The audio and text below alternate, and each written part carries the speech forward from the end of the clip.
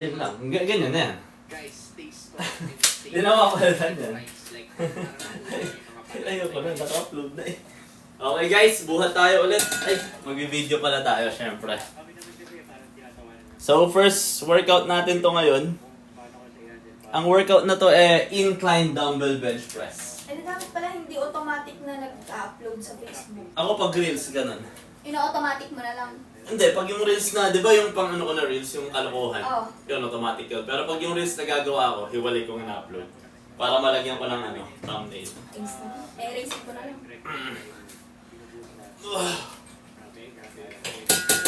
Quick question, Fuck! guys, for me. Sino yung pinakamasayang nakalaban nyo so far? Tsaka sino yung medyo gusto yung makalaban nyo? Hindi mo ko tinuruan kagabi.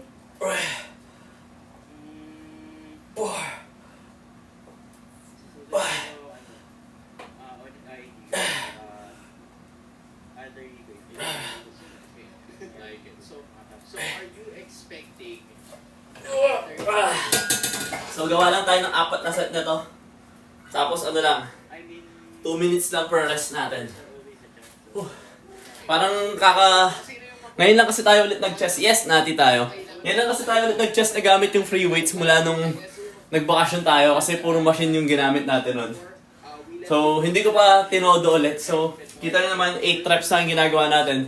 Tapos ano lang to, siguro nasa 80% lang ng buhat natin yan kasi 65 talaga yung binubuhat natin. Ako nanonood akong MPL. Siyempre, support tayo. Nag-ML din kasi ako guys eh. Pero hindi ako gaano naglalaro kasi ngayon yung rank ko ano pa lang, kaka-legend ko pa lang. So, yun. Mamaya, laro tayo mamayang gabi. Try natin maglaro mamayang gabi. Hindi ko nga na-live yung laro ko. Bagal kasi nung ano ko, pinaglalaroan ko. Matagal na akong nagbubuhat since 2018 pa tayo nagbubuhat. Although dati talaga guys, hindi ako ganito ka-consistent. Ngayong last year, lang ako naging pinaka-consistent, yung 2025. As in, buong taon tayong nakaka-workout na at least 3 to 5 times a week. As ngayon nga, umpisa ng January, naka 2 times lang tayo na-workout sa simula ng... Sa first week ng January pala. Tama ba? First week? Oo, basta ganun. Dalawang workout lang tayo. So, pero ngayon, babawi tayo, dire-diretso. Nagkakasakit kasi tayo, guys. Parang uso yung sakit. Nagkasakit din ba kayo?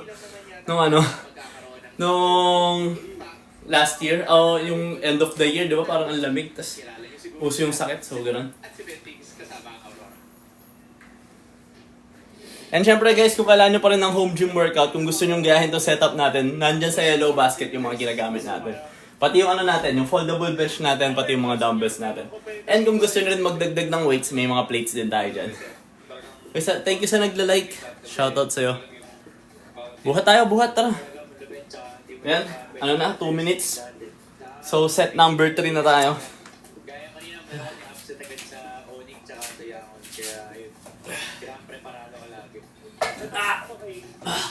Whether that's on the fighter meta, lalo na nagamit sa jungle, tapos may mga nasa gold tier. Maganda kasi lumalakas na rin yung mga strain na heroes ngayon tulad na Busora. So, maganda rin talaga yung fighter jungle ngayon tsaka sobrang fit sa meta. Pero buti nga ngayon medyo nalilesen na kasi nung nagka-update ng fighter emblem tsaka lumabas yung Demon Hunter, lumabas na yung Blood Carry.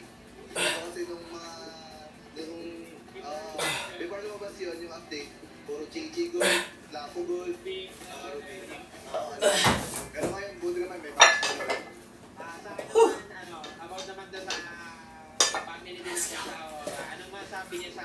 Tapos last set pa tayo, tapos susunod flat naman tayo. Let's go, tara guys, workout tayo. Bakit may title? Pwede kahit wala na yan. Good for them na Tara guys, workout tayo. Sabay na kayo, sabay. Kailan rest day mo yan? Depende eh.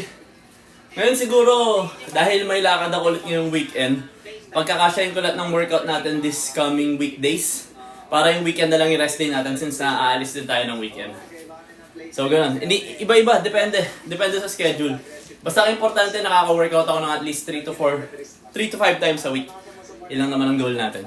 Huwag natin masyado i-pressure yung sarili natin na magkaroon ng strict schedule kung hindi natin kaya masunod din talaga. Sabi ko sa inyo, ang importante maging consistent lang kayo sa workout nyo. Para ma-maintain or mapaganda or mapalakas yung katawan nyo. Ano lang siya guys. Hingal eh, no? Pag babae, nag-gym, suportado. Pag ako hinahamon. No, usually, di ba, pag ganyan. Pag nagbubuhat ka, suntukan, tapos wala daw magagawa yung katawan, ganyan-ganyan. Malamang pang gym yung katawan, di naman pang suntukan. Dapat hinahamon nila yung mga nagbo-boxing, di ba? Dami nagbo-boxing na content dyan, no? Nag-MMA na content, yun ang hamunin nila. Huwag yung nagbubuhat, nagbubuhat, nag-exercise, hamunin. Damn! Pag inggit, pikit. Joke lang. Nagtatrack ka ba ng macros, boss? Hindi tayo nagtatrack. Dami ko nga nakain chocolate ngayon eh. Workout mo, kuya, sa traps. Hindi ko wino-workout ang traps ko. Feeling ko sumasabay naman yun sa shoulder. And ayoko din kasi nung malaki yung traps eh. Kaya pansin nyo, hindi naman siya malaki. After kumain or uminom. Sa akin, hindi naman ako nabubloated. Pag umiinom ng alak, or pag mamantika yung pagkain ko, yun. Usually nabubloat tayo sa ganun.